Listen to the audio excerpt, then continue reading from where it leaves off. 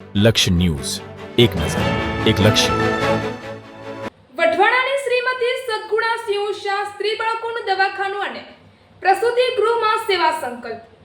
વઢવાણા સ્થિત શ્રીમતી સદગુણા સિંહ શાહ સ્ત્રી બાળકોનું દવાખાનું અને પ્રસૂતિ ગૃહ ખાતે સેવા સંકલ્પ અંતર્ગત માનવ સેવાનો અનોખો ઉપક્રમ હાથ ધરવામાં આવ્યો છે. પ્રમુખ શ્રી નવીનભાઈ મણિયાર, ભપેન્દ્રભાઈ ભવાનીવાળા અને મંત્રી શ્રી ગિરીશભાઈ મહેતા દ્વારા જણાવવામાં આવ્યું હતું કે આ સેવા અંતર્ગત હોસ્પિટલમાં દાખલ દર્દીઓને વિનામૂલ્યે કેસ કાઢી આપવામાં આવશે.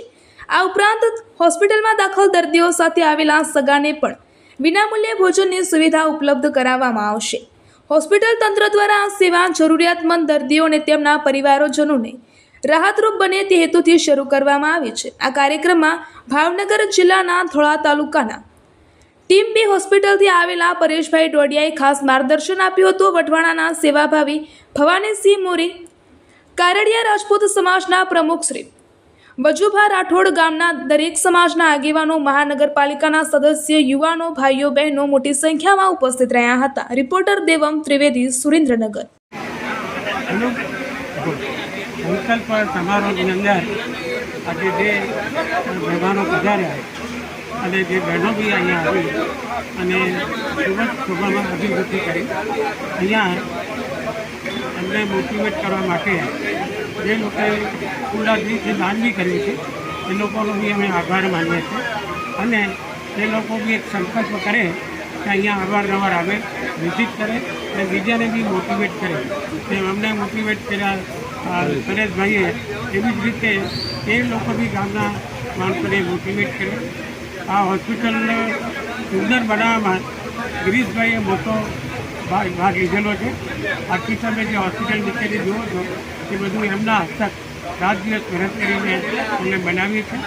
અને એ સુંદર હોસ્પિટલની અંદર જ્યારે આપણે અહીંયા આવીએ ત્યારે આપણને અદ્ભુત શાંતિ મળે છે. અને અહીંયા ભૂપેન્દ્રભાઈ ભવાનીજીવાળા એ મારા વાઇસ પ્રેસિડેન્ટ છે, હું પ્રેસિડેન્ટ છું. અને ડૉક્ટર કે.એલ. મહેતા એ વાઇસ પ્રેસિડેન્ટ છે.